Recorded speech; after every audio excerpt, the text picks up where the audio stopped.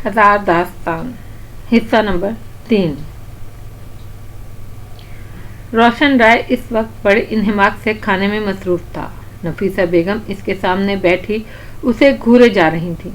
रोशन राय roast मुर्गी को भंबोड़ते भंबोड़ते अचानक रुका और नफीसा बेगम की तरफ देखकर बोला, अरे बाबा, क्या हुआ? खाना खाओ, मुझे क्या देख रही हो? क्या नजर लगाओगी? उसे चुप लग गई है। नफीसा बेगम ने बड़े दुख भरे अंदाज में कहा, किसे बाबा? रोशन राय ने मुर्गी प्लेट में रखते हुए बोला, कमाल राय को। मैं और किसकी बात करूंगी? नफीसा ने तंजिया अंदाज, कोई बात नहीं, ठीक हो जाएगा, चंद दिन तो परेशान रहेगा ही। रोशन राय ने तसल्ली दी। उसे कब्रों का हाल मालूम हो गया है। कब्रों का हाल तो सिर्फ मुर्दा जानता है, भला उसे कैसे मालूम होगा? खैर, अगर मालूम हो गया है तो उसने कब्रों में दोजख की आग भड़कती हुई भी देख ली होगी। रोशन राय के लहजे में धमकी थी।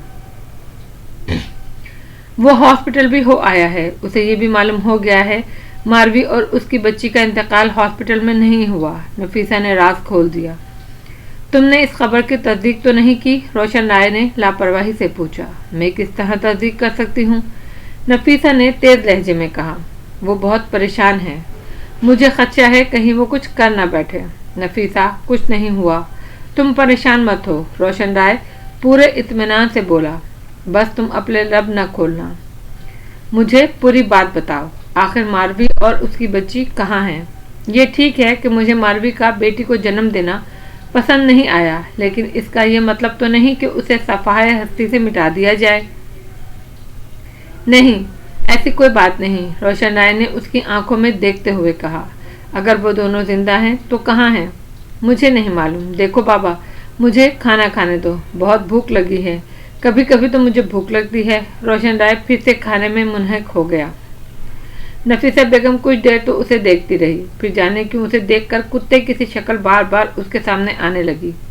उससे बर्दाश्त न हो सका और वो एक झटके से उठ गई और बाहर गई। नफीसा बेगम, अपनी जबान बंद रखना, इसी में इस हवेली की भलाई है, इस तरह उसने साफ लफ्जों में तनबीह की। नफीसा बेगम ने कोई जवाब न दिया। उसने पीछे मुड़कर भी नहीं देखा, बस तेजी से कमरे से बाहर निकल गई।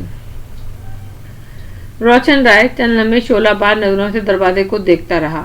इतने में इसी दरवाजे से भाग भरी दो और मुलाजमाओं के साथ कमरे में दाखिल हुई।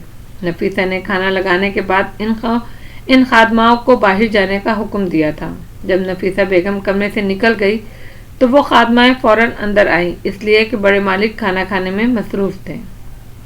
भागबरी ने अंदर आकर जब नफीसा बेगम की प्लेट को बिल्कुल साफ देखा तो उसे हैरत हुई। वो बेख्तियार रोशन राय से मुखातिब हो बैठी।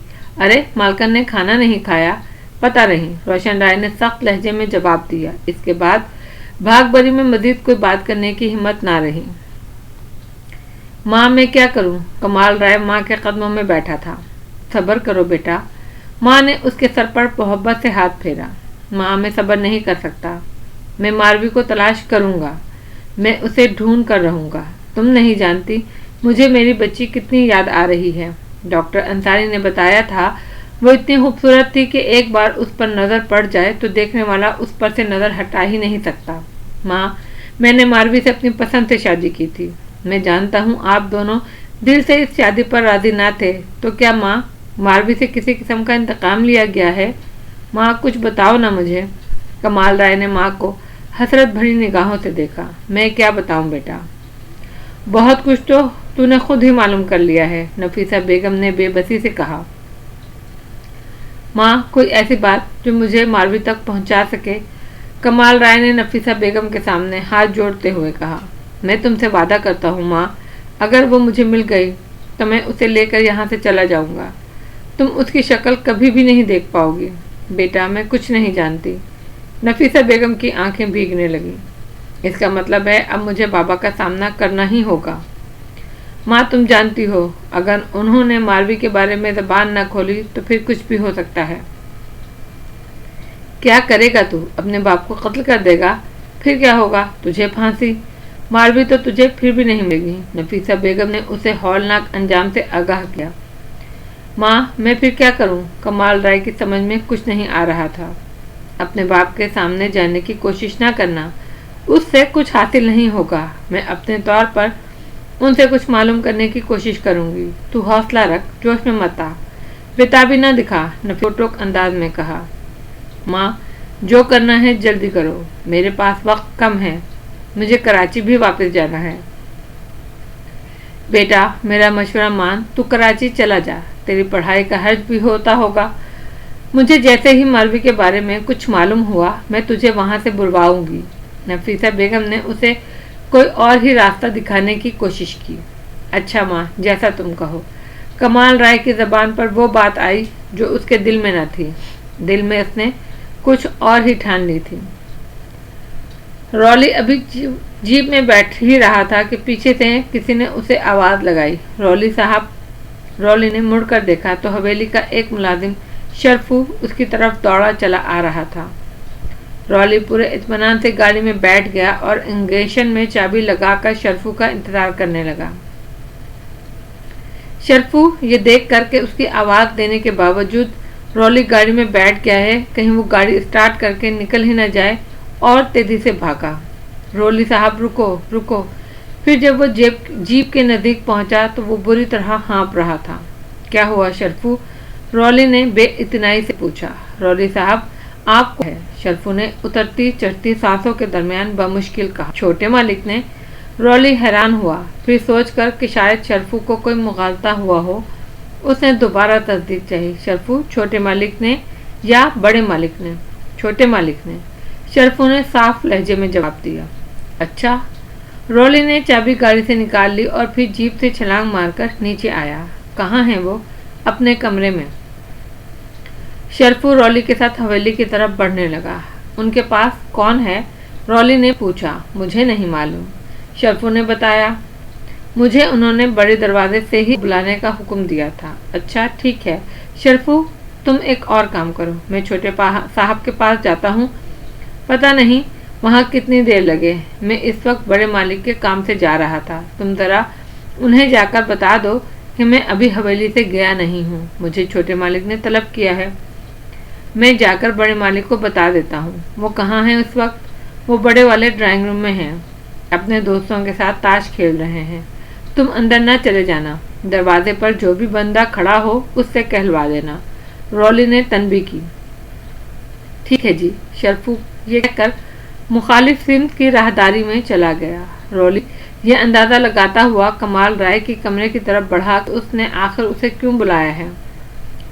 وہ کسی نتیجے پر نہ پہنچ سکا۔ جب وہ دروازے کے سامنے پہنچا تو ایک لمحے کو اس کا دل زور سے دھڑکا۔ اس نے ہمت کر کے دروازے پر آہستہ سے دستک دی۔ آ جاؤ اندر، کمال رائے کی آواز آئی۔ وہ دروازہ کھول کر اندر گیا تو اسے کمال رائے سامنے صوفے پر بیٹھا نظر آیا۔ اس کے ہاتھ میں ریوالور تھا اور اس کا رخ رولی کی طرف تھا۔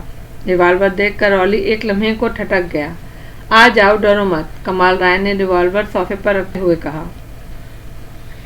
جی مالک، آپ نے مجھے بلایا؟ رولی کی آواز میں ہلکی سی کپکپاہٹ تھی۔ ہاں، میں نے تمہیں بلایا ہے، اور یہ بات تم اچھے سے چند قدم کے فاصلے پر رک کر کھڑا ہو گیا۔ دیکھو رولی، مجھ سے جھوٹ مت بولنا، کمال رائے نے اسے خبردار کیا۔ مالک، میں آپ سے جھوٹ کیوں بولوں گا؟ میں آپ کا نمک خوار ہوں، آپ کا خادم ہوں۔ ماروی اور میری بچی کہاں ہیں؟ کمال رائے نے ریوالور پھر اپنے ہاتھ میں اٹھا لیا۔ مالک، مجھے نہیں معلوم۔ رولی، تو یہ جانتا ہے کہ وہ دونوں قبریں خالی تھیں؟ میں نہیں جانتا، رولی نے بڑی صفائی سے انکار کیا۔ اچھا، کمال رائے نے اسے گھور کر دیکھا۔ تو یہ نہیں جانتا؟ چل، یہ تو جانتا ہے کہ میرے ہاتھ میں کیا ہے؟ کمال رائے نے اسے گھورا۔ ہاں مالک، آپ کے ہاتھ میں ریوالور ہے، وہ سیدھے انداز میں بولا۔ رولی، یہ ریوالور گولیوں سے بھرا ہوا ہے، تو جانتا ہوگا اس میں 6 گولیاں ہیں۔ جی مالک، یہ بھی جانتا ہوں۔ اگر یہ ریوالور چل گیا تو تیرے جسم چھلنی ہونے سے کوئی بھی تجھے بچا نہیں سکے گا۔ مالک، میرا قصور تو بتائے۔ میں یہ بات اچھی طرح جانتا ہوں کہ تو سب جانتا ہے، لیکن تو سچ بولنے سے گریزاں ہے۔ مالک، مجھے کچھ معلوم ہوتا تو آپ کو ضرور بتا دیتا۔ رولی، تو اتنا تو بتا سکتا ہے کہ میری ماروی اور بچی زندہ ہیں؟ مالک، یہ कमाल राय को इसकी जवाब सुनकर शदीद गुस्सा आया। उसने रिवॉल्वर सोफे पर फेंका और उठकर रॉली के मुंह पर कसकर 5-6 थप्पड़ लगा दिए। रॉली ने थप्पड़ खाकर सर झुका लिया, बोला कुछ नहीं, खामोश रहा, लेकिन वो अंदर से खौल कर रह गया। दफा हो जाओ यहाँ से कुत्ते, कमाल राय शिद्दत से चीखा, वरना अभी तुम्हें भून कर रख दूंगा। रॉली ने मौका गनीमत जाना और बड़ी तेजी से दरवाजे की तरफ भागा। बाहर निकलकर जैसे ही वो दरवाजे से बाहर निकला, उसे हॉली आता दिखाई दिया। वो तेजी से इसी तरफ आ रहा था। क्या हुआ? हॉली ने इसके नज़दीक पहुंचकर पूछा। तुम कैसे आए? रॉली और वो दोनों साथ साथ वापस मुड़ गए।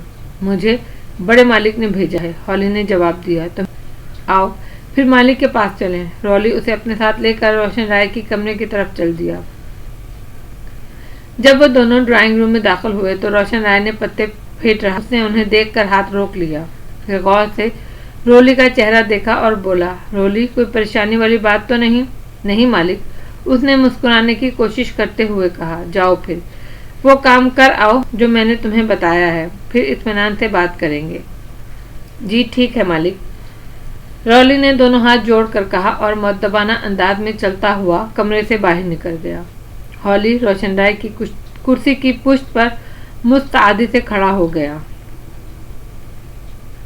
सुबह 6 बजे नफीसा बेगम ने कमाल राय के कमरे का दरवाज़ा जोर से खटखटाया। कमाल राय रात को देर से सोया था। अभी वो गहरी नींद में था कि दरवाज़ा बजने की आवाज़ पर उसकी आंख खुली। वो बेजारी से दरवाजे की तरफ बढ़ा। जब उसने दरवाज़ा खोला तो सामने नफीसा बेगम को पाया। इसकी माँ परेशान थी। कमाल राय ने उसे दरवाजे से हटकर अंदर आने का रास्ता दिया और उसके अंदर आने के बाद फिर से दरवाज़ा बंद किया। माँ खैरियत तो है? वो अपनी माँ के चेहरे को गौर से देख रहा था। हाँ सब खैरियत है। तुम ऐसा करो, मुंह हाथ धो लो, तुम्हारा नाश्ता तैयार है। माँ तुम क्या कह रही हो? वो बेड पर बैठता हुआ बोला और उस पर अभी तक गनूदगी तारी थी। तुमने कराची जाना है, माँ ने फैसला सुनाया। कराची जाना है? लेकिन क्यों? बाहर पजीरो तैयार खड़ी है, तुम जल्दी से नाश्ता कर लो। माँ साफ साफ बात करो, क्या ये बाबा का हुक्म है? हाँ, नफीसा बेगम ने एक गहरा सांस लेकर कहा। और अगर मैं जाने से इनकार कर दूं तो? उसने अपनी आंखें पूरी निकालते हुए कहा। मैंने तुमसे मना किया था कि बाप के सामने मत आना। माँ मैंने बाबा से कोई सामना नहीं किया, अलबत्ता उनके कुत्ते रॉली को ज़रूर थप्पड़ लगाए हैं। तुमने ऐसा करके गलती की, नफीसा बेगम ने कहा। माँ अब तुम मेरी बात गौर से सुन लो। मैं हाथ मुंह धो लूँ, उसके बाद बाबा के सामने जाता हूँ। तुम ऐसा नहीं करोगे। ये कहकर नफीसा बेगम ने उसके सामने हाथ जोड़ लिए। तुम्हें खुदा का वास्ता। माँ बाबा मुझ पर बराबर जुल्म किए जाते हैं, मैं कब तक चुप रहूँ? तू क्या चाहता है, मैं तेरे कदमों में गिर पड़ूँ? अल्लाह ना करे कभी ऐसा वक्त आए। कमाल राय ने अपनी माँ के दोनों हाथ पकड़ लिए। वो तड़प उठा। उसने देखा उसकी माँ की आंखों में आंसू भरे थे। बेटा मेरी बात सुन ले, मान ले, तू कराची चला जा। ठीक है माँ, तुम्हारी खातिर चला जाता हूँ। कि आंखों में आंसू देखे तो कहा। उसने पसपाई इख्तियार कर ली। मैं वॉशरूम में जाता हूँ, आप नाश्ता मंगवाएं। उसने जल्दी जल्दी दांत ब्रश किए, मुंह धोया और वॉशरूम से निकल आया। इतनी देर में नाश्ता आ चुका था। नफीसा बेगम उसे वॉशरूम से निकलता देख कर केतली से चाय कप में डालने लगी। वो खामोशी से नाश्ता करने में मसरूफ़ हो गया। देख बेटा, तू अपने बाबा के मिजाज से अच्छी तरह वाकिफ़ है, नफीसा बेगम ने समझाने के अंदाज में कहना शुरू किया। तू जानता है वो अपने अलावा कुछ नहीं सोचते। जो उनके दिल में आता है कर गुजरते हैं, चाहे अच्छा हो या बुरा, चाहे इनके सामने बीवी हो या बेटा या कोई गैर शख्स, वो सबको एक ही सफ में खड़ा कर देते हैं। बेटा तू दिल छोटा ना कर, मैं मौका देखकर बात ज़रूर करूँगी। नहीं माँ, अब कोई बात नहीं करना। अब क्या बात करनी है?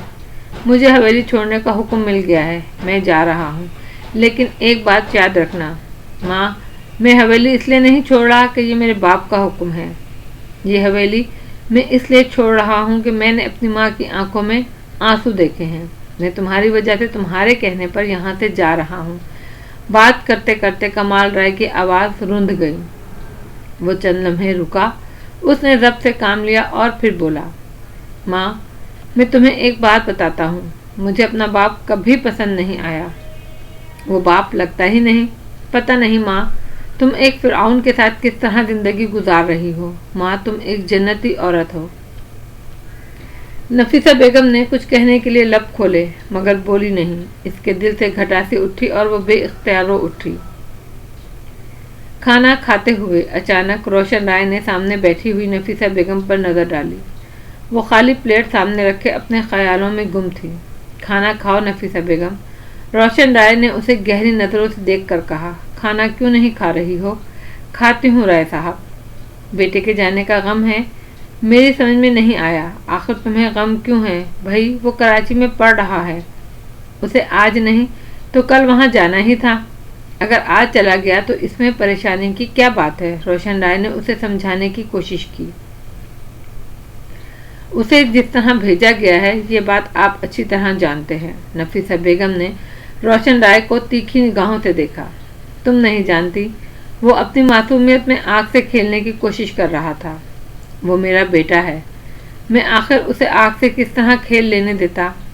رائے صاحب، آپ اپنے بیٹے کے ساتھ بہت ظلم کر رہے ہیں۔ کیا اسے یہ حق بھی نہیں کہ وہ اپنی بیوی اور بچے کے بارے میں معلوم کر سکے؟ آخر آپ بتا کیوں نہیں دیتے وہ دونوں کہاں ہیں؟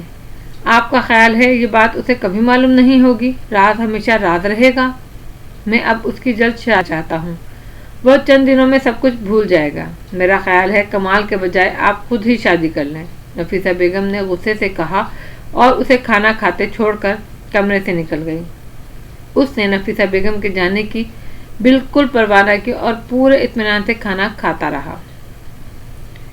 اس دن بھی وہ حسب معمول سیر کے لیے نکلا۔ گھڑ سواری اس کا شوق تھا اور وہ سیر کے لیے زیادہ تر گھوڑے پر ہی نکلتا تھا۔ رولی اور ہولی دونوں اس کے پیچھے تھے۔ ابھی وہ لکھی باغ کے نزدیک پہنچا تھا کہ اس نے آم کے درخت کے نیچے ایک عجیب اور غریب شخص کو کھڑا پایا۔ اس کا حلیہ عجیب سا تھا، داڑھی نہ مونچھ، دھوپ میں چمکتا سر پر ایک بال نہیں، سفید لباس پہنے، ہاتھ میں زنجیر، جیسے اس کی گائے یا بکری زنجیر چھوڑ کر بھاگ گئی ہو اور زنجیر اس کے ہاتھ میں ہی رہ گئی ہو۔ وہ اگرچہ ابھی کچھ فاصلے پر تھا لیکن بڑے انہماک سے روشن رائے پہ نظریں جمائے ہوئے تھا۔ وہ کچھ اس طرح اسے دیکھ رہا تھا کہ روشن رائے اس کی تیز نظروں کو محسوس کیے بغیر رہ نہ سکا۔ اس کی شخصیت کسی کو متوجہ کرنے کے لیے کیا کم تھی کہ اس کا اس طرح گھور کر دیکھنا۔ روشن رائے کی اس عجیب اور غریب شخص پر نظر پڑی تو اس نے فوراً اپنا گھوڑا روک لیا۔ اتنے میں ہولی رولی اس کے دائیں اور بائیں آ کر رک گئے۔ رولی، یہ کون ہے؟ روشن رائے نے سامنے اشارہ کیا۔ رولی نے ایک نظر دیکھ کر کہا، مالک اپنے علاقے کا معلوم تو نہیں ہوتا۔ مالک، کیا آگے جا کر اسے راستے سے ہٹاؤں؟ ہولی نے کہا، نہیں، کھڑا رہنے دے، ہمارا کیا دیتا ہے؟ روشن رائے کی زبان سے بڑی غیر متوقع بات نکلی۔ دونوں بھائیوں نے چور نظروں سے ایک دوسرے کو دیکھا۔ انہیں پوری امید تھی کہ وہ اس شخص کو راستے سے ہٹانے کا حکم دے گا۔ جو حکم مالک، رولی بڑی وفاداری سے کہا۔ تم دونوں آگے چلو، روشن رائے نے کچھ سوچ کر حکم دیا۔ اس کا حکم سنتے ہی دونوں بھائیوں نے اپنے گھوڑے آگے بڑھا دیے۔ وہ عجیب و غریب شخص راستے کے کنارے پر کھڑا تھا۔ جب ہولی نے اپنی آنکھیں جھکا لیں، وہ دونوں بھائی اسے دیکھتے ہوئے گزر گئے۔ رولی کے دل میں خواہش بھی پیدا ہوئی کہ وہ اس شخص سے یہاں کھڑے ہونے کا پوچھے، لیکن وہ خواہش کے باوجود اس سے کوئی سوال نہ کر سکا۔ جب وہ دونوں آگے نکل گئے اور روشن رائے اس عجیب و غریب شخص کے نزدیک ہوا تو اس شخص نے فوراً اپنی نظریں اٹھا کر دیکھا۔ اس کی نظروں میں جانے کیا بات تھی کہ روشن رائے نے اچانک اپنے گھوڑے کی لگام کھینچ لی۔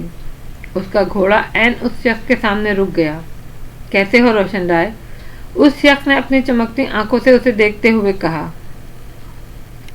روشن رائے اس کی اس بے ادبی پر تلملا کر رہ گیا۔ حویلی کے باہر اسے اس کے نام سے پکارنے کی کسی میں جرأت نہ تھی، لیکن اس اجنبی شخص نے یہ جسارت کر لی اور روشن رائے چاہتا تھا وہ اس کی اس بے ادبی پر اسے ٹوک دے۔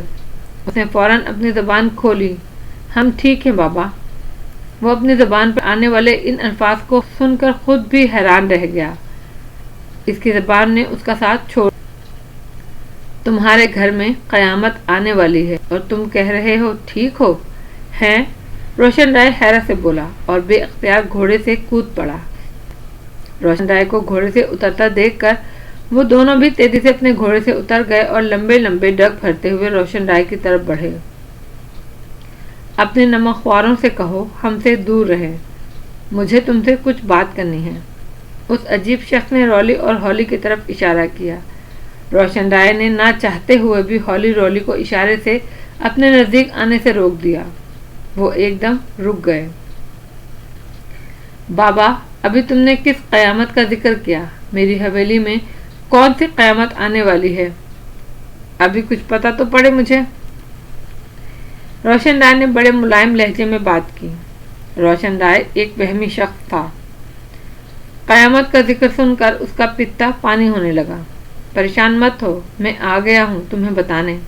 मेरे कहने पर अमल करोगे तो सुखी रहोगे, वरना एक दिन आएगा तुम्हारी हवेली में सांप ही सांप होंगे। उस शख्स ने रोशन राय को अपनी काली चमकीली आंखों से देखा। सांप? रोशन राय ने घबरा कर कहा।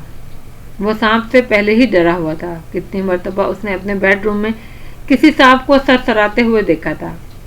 एक सांप तो पहले ही मेरे पीछे लगा हुआ है, अब तुम किन सांपों की बात करते हो? वो तो एक मामूली सांप है, उसको अगर तुम मार भी दोगे तो कोई फर्क नहीं पड़ेगा। उस शख्स ने लापरवाही से कहा। तुम उसे मामूली सांप समझते हो? उसने मेरी रातों की नींद हराम कर दी है। मैं बगैर बत्ती जलाए सो नहीं सकता। रोशन राय ने फिक्रमंदी से कहा, मैं जिस बात का जिक्र कर रहा हूँ, अगर ऐसा हो गया तो तुम सूरज की रोशनी में भी चैन नहीं पाओगे। हाँ बताओ, आखिर कुछ पता तो पड़े। शनिवार को दोपहर के वक्त तुम्हारी हवेली में एक बच्ची जन्म लेगी। अगर वो बच्ची हवेली में रही तो तुम पर कयामत गुजर जाएगी। बस यूं समझ लो, वो चंद ही दिनों में तुम्हारी हवेली सुनसान कर देगी। हवेली में सांपों की फनकार के अलावा कुछ सुनाई नहीं देगा। मैंने तुम्हें दिन और वक्त बता दिया है। झूठ और सच का तुम्हें खुद अंदाजा हो जाएगा। उस शख्स ने बड़े गंभीर लहजे में बताया। बाबा, अभी तुमने अपना नाम नहीं बताया। रोशन राय, मेरा नाम दिवांग है। बाबा दिवांग, फिर मैं क्या करूं? इस तबाही से कैसे बचूं? इस बात का तुम्हें इंतजाम करना होगा। वो लड़की हवेली में पैदा ना हो, और जब वो जन्म ले तो उसे हवेली में लाने के बजाय रात को एक ऊँटनी पर डालकर सहरा में डाल देना। बस तुम्हारा काम खत्म। तुम्हारे सर से बला टल जाएगी और जिसकी वो अमानत है वहां तक पहुंच जाएगी और तुम्हारी जिंदगी बच जाएगी। अच्छा बाबा दिवांग, अभी तुमने जैसा कहा मैं वैसा ही करूंगा। रोशन राय ने बड़ी सादतमंदी से कहा। उसे अपनी ये सादतमंदी बड़ी ओपरी सी लग रही थी। सादतमंदी तो उसने सीखी ही नहीं थी। वो सिर्फ हुक्म देना जानता था, हुक्म सुनना नहीं। लेकिन कभी यूं भी तो होता है कि शहर को सवा शेर मिल जाता है। दीवान की सिटी गुम कर दी। दीवान की पेशनगोई पे उसे 100% यकीन हो गया था। उसका नाम जान लेना, बच्ची की विलादत का जिक्र करना रोशन राय था कि उसकी बहू के यहाँ विलादत मुतवक्का थी, और ये बात हवेली से बाहर का कोई आदमी किसी कीमत पर नहीं जान सकता था। फिर उसने बच्ची की विलादत का दिन और वक्त भी बता दिया था। सनीचर ज्यादा दूर न था, 4 दिन के बाद ही तो था। रोशन राय ने इस सिलसिले में किसी को कुछ न बताया। उसने कमाल की बीवी को फौरन नजदीक ही एक छोटे शहर के हॉस्पिटल में मुंतकिल कर दिया। दीवान के बकौल अभी बच्ची की विलादत में 4 दिन बाकी थे, जबकि डॉक्टरों की रिपोर्ट के मुताबिक अभी 2 हफ्ते थे। रोशन राय ने सोचा, चलो 4 दिन के बाद दूध का दूध और पानी का पानी हो ही जाएगा। रोशन राय को मारवी और वैसे भी पसंद न थी। उसने हवेली में आकर खानदान की लड़की के साथ आने वाली जायदाद का रास्ता रोक लिया था। रोशन राय को अंदर ही अंदर इस बात का दुख था। उसने अपने इकलौते बेटे की वजह से मारवी को बर्दाश्त कर लिया था, मगर उसका शैतानी जहन नित नए मंसूबे तराशता ही रहता था। दीवान की पेशनगोई ने मामला ही साफ कर दिया था। एक तो गरीब घराने की बहू, ऊपर से जन्म दे एक बच्ची को, और बच्ची भी कैसी, सब कुछ तबाह कर देने वाली। उसने तय कर लिया बच्ची के साथ उसकी माँ को भी लगे हाथों ठिकाने लगा देगा। दीवान की पेशनगोई सच साबित हुई। मारवी के यहाँ हफ्ते को दिन के 12 बजे एक बच्ची ने जन्म लिया। बच्ची की पैदाइश से एक दिन पहले हवेली के आसपास कई सांपों को देखा गया, जिन्हें रोशनकोट के लोगों ने फौरन मार दिया। जिस दिन उसे पैदा होना था उस सुबह हवेली के अंदर 8-10 सांप लहराते हुए नजर आए, जिनमें से कुछ को हवेली के मुलाजमिन ने मार दिया। उस दिन रोशन राय ने ख्वाब में अपने आसपास बेशुमार सांप देखे। वो घबराकर उठ बैठा। जब वो उठा तो अच्छा खासा सूरज निकल आया था। उसे हवेली में गैर मामूली शोर भी सुनाई दिया। दरवाज़ा खोलने पर उसे मालूम हुआ हवेली के मुख्तलिफ हिस्सों में सांप नमूदार हुए हैं, जिनमें चंद को मार दिया गया है। ये आसार अच्छे न थे। जब वो 12:15 बजे अस्पताल पहुंचा तो बच्ची की पैदाइश की खबर उसकी मुंतजिर थी। अचानक ही बच्ची की रोने की आवाज़ इसके नज़दीक ही सुनाई दी। इसने चौंक कर चारों तरफ देखा। वो अपने बेड में बैठा था। बच्ची की आवाज़ के साथ ही उस रात का सारा मंजर उसकी आंखों में बारी बारी 2 ऊँटों को मुखालिफ सिंध में जाते हुए देखा। उसके होंठों पर एक शफाक मुस्कुराहट खेलने लगी। फिर वो सोचते सोचते दोबारा सो गया। रोली पजीरो चला रहा था। इसके बराबर कमाल राय बैठा था। पीछे 4-5 मुसल्लह बंदों के साथ हौली भी बरजुमान था। पजीरो रोशनकोट से 10-12 किलोमीटर दूर निकल आई थी। अचानक ही रोली को ब्रेक लगाना पड़ा। सामने सड़क पर एक कालीन किसी दरख्त के गद्दे की तरह रास्ता रोके पड़ा था। यूं महसूस होता था जैसे कालीन किसी टेंट सर्विस वाले ट्रक से लुढ़क कर सड़क पर आ रहा हो। रोली के साथ हौली भी उतरकर कालीन की तरफ बढ़ा। रोली ने कालीन का जायजा लिया तो उसे एक तरफ से लंबे बाल दिखाई दिए। ये बाल यकीनन किसी औरत ही के थे। और जब रोली और हौली ने तेजी से कालीन को खोला तो उसमें से जो औरत निकली उसे देखकर कमाल राय का सांस रुक गया। मारवी थी। कमाल राय ने पजीरों से छलांग लगाई और दौड़ता हुआ कालीन के पास पहुंचा और घुटनों के बल बैठ गया। उसने झुककर मारवी का चेहरा अपने दोनों हाथों में ले लिया। मारवी के बाल इसके चेहरे पर बिखरे हुए थे। उसकी आंखें बंद थीं। चेहरा सफ़ेद हो रहा था। यूं लगता था जैसे सिरिंज के जरिए उसके बदन से पूरा खून निकाल लिया गया हो। उसका लिबास दुरुस्त हालत, अलबत्ता जिस्म पर दुपट्टा मौजूद न था। कमाल राय ने इसकी नफ्स देखी, सांस चेक की, दिल की धड़कन महसूस की। कहीं कुछ भी नहीं था। वो जाने कब की इस जहाने फानी से कूच कर चुकी थी।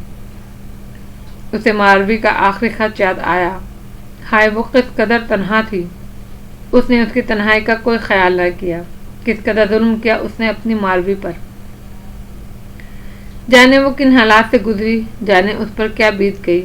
मारवी के लिखे हुए लफ्ज जैसे बिच्छू बनकर उसे डसने लगे।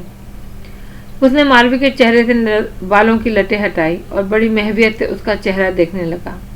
रोली और हौली इसके पीछे हाथ बांधे खड़े थे। उसकी सूरत देखते देखते कमाल राय के दिल में टीसे सी उठने लगी। दुख की एक लहर पूरे जिस्म पर छा गई। उसकी आंखें डबडबा गईं और बेअख्तियार उसने मारवी का चेहरा अपने सीने से लगा लिया। इसके जब्त के तमाम बंधन दुख के रेले में बह गए। वो फूट फूट कर रोने लगा। तब रोली हिम्मत करके आगे बढ़ा। उसने कमाल राय के कांधे पर धीरे से हाथ रखा और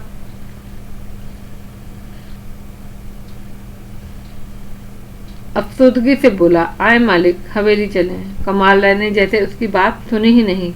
वो मारवी की लाश सीने से लगाए चीख चीख कर रोता रहा। रोली ने अब उसके दोनों कांधों पर हाथ रखकर नरमी से दबाया और फिर कहा, मालिक, हवेली चलें। तब अचानक जैसे उसे होश आया। उसने अपनी हिचकियों पर काबू पाते हुए बमुश्किल कहा, नहीं रोली, अब मैं हवेली नहीं जाऊंगा। मैं हवेली छोड़ आया हूँ। लेकिन मालिक, ऐसी हालत में आप कहाँ जाएंगे? रोली ने खुशामदाना अंदाज में कहा। हाँ तो बता देना, उन्हें बता देना, मैंने अपनी बीवी की लाश वसूल कर ली है। अब मैं इसे अपने साथ लेकर जा रहा हूँ। कमाल राय की आंखों में आंसू के बजाय धीरे धीरे गुस्सा भरने लगा। उसने मारवी को दोबारा कालीन पर लिटा दिया और एक झटके से खड़ा हो गया। खड़ा हुआ तो उसकी आंखों के सामने अंधेरा छाने लगा। इसके कदम डगमगाने लगे, लेकिन वो कदमों पर जमा खड़ा रहा। मालिक, ऐसा ना करें, हमारे साथ हवेली चलें। रोली ने दोनों हाथ जोड़कर इल्तिजा की। तुम मुझे अभी कहाँ ले जा रहे थे? कमाल राय ने खोए हुए अंदाज में पूछा। मालिक, कराची। वो सादगी से बोला, किसके हुक्म पर? कमाल राय ने फिर पूछा। बड़े मालिक के हुक्म पर, उसने जवाब दिया। तो फिर अब क्या हुआ? इनके हुक्म पर कराची ही चलो, मैं किसी कीमत पर हवेली नहीं जाऊंगा, ये मेरा आखिरी फैसला है। और मालिक मालकन? रॉली ने डरते डरते पूछा। इन्हें हवेली ले जाऊं? ये मेरी बीवी है, इसका हवेली से क्या ताल्लुक? हवेली वालों ने तो इसे इस हाल में पहुंचाया है, कमाल राय ने मालवी के नजदीक बैठते हुए कहा। रॉली ने हॉली को और हॉली ने रॉली को देखा। इनकी समझ में न आया कि क्या करें। कमाल राय का फैसला अटल था, ये बात वो जानते थे, लेकिन रोशन राय को जब सारी सूरत हाल का इल्म होगा तो वो जाने इन दोनों के साथ क्या बर्ताव करे। ये एक ऐसी सूरत हाल थी जिसके बारे में तसव्वुर भी नहीं किया जा सकता था। कालीन में लिपटी लाश आखिर यहाँ किसने ला रखी थी? क्या ये महज इत्तेफाक था या किसी की मंसूबाबंदी के तहत मालवी की लाश को कमाल राय के रास्ते में रख दिया गया था? आखिर वो शख्स कौन था? वो एक अजीब रात थी। आसमान की पेशानी पे चांद किसी दुल्हन के टीके की तरह चमक रहा था। पूरे चांद की रात थी। रेत के समंदर पर चांदनी किसी चांदनी की तरह बिछी हुई महसूस होती थी। फिर भी एक वहशतनाक रात थी वो, ऐसी रोशन और ऐसी भयानक रात। जब दिलों पर वहशत बरसती हो, अगले पल की खबर ना हो क्या होने वाला है, तो चांदनी क्या करेगी? चांद का हुस्न कौन देखेगा? बाहर का मौसम उस वक्त अच्छा लगता है जब आदमी के अंदर का मौसम अच्छा हो, उसका दिल पुरसकून हो। लक़ोदक सहरा, किसी दाबीस कालीन की तरह ज़मीन पर बिछी रेत, ठंडी हवा हौले हौले बहती हुई, रोशन चांद किसी हसीना के दिलकश चेहरे की तरह चमकता हो। शराब से महफूज होने वाला यहाँ कोई न था। मारवी थी, लेकिन उसे अपना होश न था। उस पर जो जुल्म हुआ था उस पर वो हैरत जिंदा थी, गुमसुम थी। ये अचानक क्या से क्या हो गया? उसकी एक दिन की बच्ची को उससे छीन लिया गया, एक तेज रफ्तार ऊंट पर डालकर सहरा में छोड़ दिया गया था। उस नन्ही सी जान से क्या कसूर हुआ था? खुद उसे भी यही सदी गई थी। ऊंट तेजी से बजा रहा था और उसे अपने आप को संभालने में मुश्किल हो रही थी। इसकी अपनी हालत भी ठीक न थी। आज ही उसने एक बच्ची को जन्म दिया, कमजोरी से बेइंतहा थी। ऐसी औरत का तो बेइंतहा ख्याल रखा जाता है, लेकिन रोशन राय ने इस पर जुल्म की इंतहा कर दी। बच्ची तो उससे छीनी ही थी, उसे भी हवेली बदल कर दिया। आखिर इससे क्या कसूर हुआ था? कसूर तो हुआ ही था। वो एक गरीब की बेटी थी। इस हवेली के मालिक की वारिस की वो अपनी मर्जी से शादी की गई थी। उसने एक बेटी को जन्म दिया था। कसूरवार थी वो तख्लीक के अमल से गुजर रही थी। पहले ही उसकी हालत बुरी थी। ऊंट की तेज रफ्तारी ने उसे मजीद निढाल कर दिया। उसकी आंखें धुंधलाई जा रही थीं। दिमाग पर गुबार सा छा रहा था। उसे यूं महसूस हो रहा था जैसे वो रेत के अंदर धंसी जा रही है। ऊंट की दुम में बंधी घंटी टन टन धीरे धीरे मालूम होती जा रही थी। फिर कुछ देर के बाद उसे होश न रहा। वो कहाँ है, किस हाल में है? अब चांद बेनूर हो चुका था। सुबह का उजाला फैलने लगा। कंगनपुर में जिंदगी अंगड़ाई ले रही थी। हाकिम अली अपने कमरे से निकलकर बाड़े की तरफ जा रहा था। वहां उसके जानवर उसके मुंतजिर थे कि वो आए और उन्हें अपने हाथ से चारा डाले। जब हाकिम अली बाड़े के दरवाजे पर पहुंचा तो उसने एक अजीब मंदिर देखा। पहले तो उसे यकीन न आया। अपनी नज़र का धोखा महसूस हुआ, लेकिन वो नज़र का धोखा न था। वो उसी का ऊंट था जो बाड़े के दरवाजे पर बैठा ऊंची गर्दन किए जुगाली किए जा रहा था। उसकी पीठ पर एक काठी बंधी थी और उस काठी में एक औरत बेसुध पड़ी थी। इस अजीब मंजर ने उसे दहला कर रख दिया। वो तेज कदमों से अपने ऊंट की तरफ बढ़ा। वो एक खूबसूरत औरत थी, जिंदा थी मगर बेहोश थी। हाकिम अली इस औरत को ऊंट समेत अपने घर ले आया। घर की औरत ने इस औरत को बड़ी एहतियात से ऊंट से उतारा, तैन में बिछी एक चारपाई पर लिटाया। हाकिम अली की माँ ने इस औरत का अच्छी तरह मुआयना किया। वो औरत किसी अच्छे घर की लगती थी, बीमार दिखाई देती थी। सबसे बड़ा मसला उसको होश में लाने का था। हाकिम अली की माँ ने इसके मुंह पर आहिस्ता आहिस्ता छींटे मारे, उसके तलवे सहलाए। कुछ देर के बाद इसके बेजान जिस्म में जुम्बिश हुई। उसने आहिस्तगी से आंखें खोल दी। इसने अपने सामने देहात की एक बूढ़ी औरत को पाया जो तशवीश से उसकी तरफ देख रही थी। उसे आंखें खोलता देखकर उस बूढ़ी औरत का चेहरा एकदम बदल गया और वो खुशी से खिल उठी। लेटी रहो, अभी उठने की कोशिश ना करो, मैं तुम्हारे लिए दूध लाती हूँ। वो मोहब्बत से बोली। अम्मा तुम बैठो, मैं लाती हूँ दूध, हाकिम अली की बीवी रहीमन ने कहा। अच्छा ठीक है, जरा जल्दी ला। फिर वो बुजुर्ग औरत हाकिम अली की माँ उससे मुखातिब होकर बोली, बेटी तुम कौन हो? मेरा नाम मारवी है अम्मा जी, मारवी ने नकाहत भरे लहजे में कहा। हाकिम अली की माँ ने जब महसूस किया कि मारवी नकाहत की वजह से बोलने में दिक्कत महसूस कर रही है तो उसने इससे मज़ीद सवाल ना किए। उसे गरम गरम दूध पिलाया। कुछ देर के बाद मकई की रोटी, मक्खन और गुड़ का नाश्ता करवाया। मारवी को शिद्दत की भूख लग रही थी। पेट में कुछ पड़ा तो सुकून मिला। उसने अपनी आंखें पूरी तरह खोल दी। इस घर को नजरें घुमा कर देखा। वो एक छप्पर के नीचे चारपाई पर लेटी थी।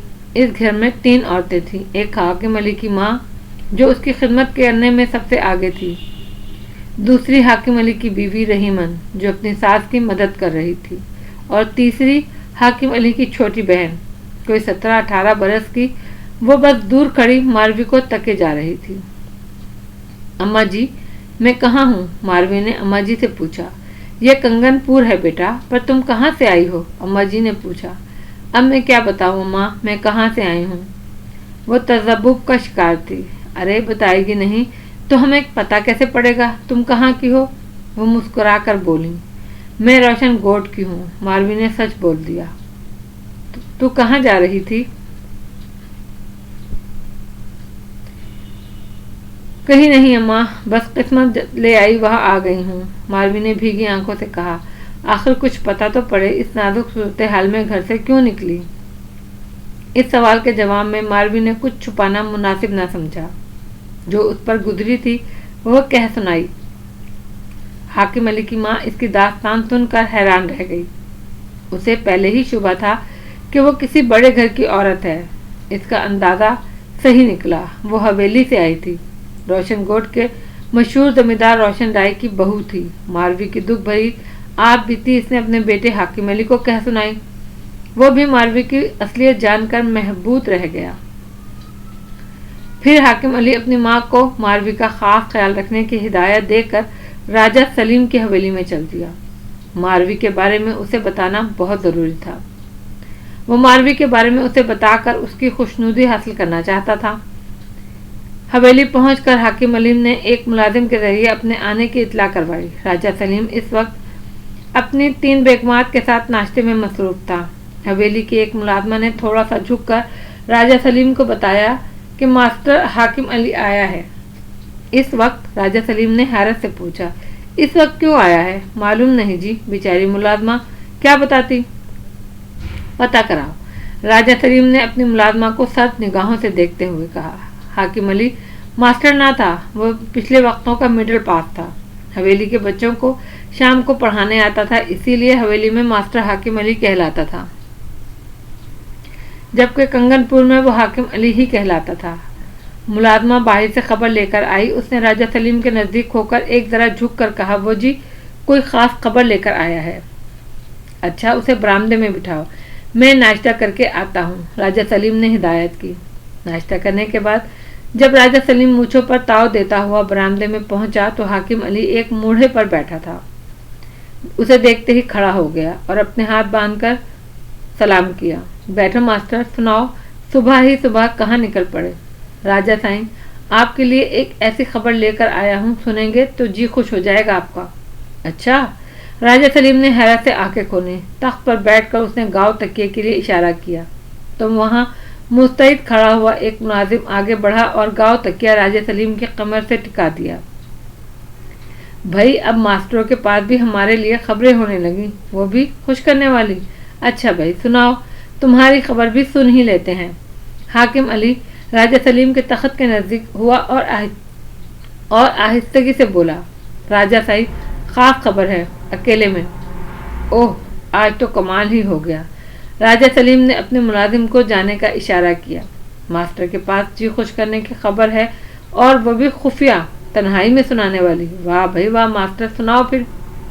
राजा साहिब, खबर बड़े रोशन राय के बारे में है। आंखें मटकाई।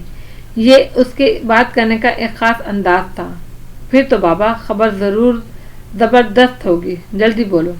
राजा साईं, रोशन राय की बहू इस वक्त मेरे घर में बैठी है। हाकिम अली ने धमाका किया।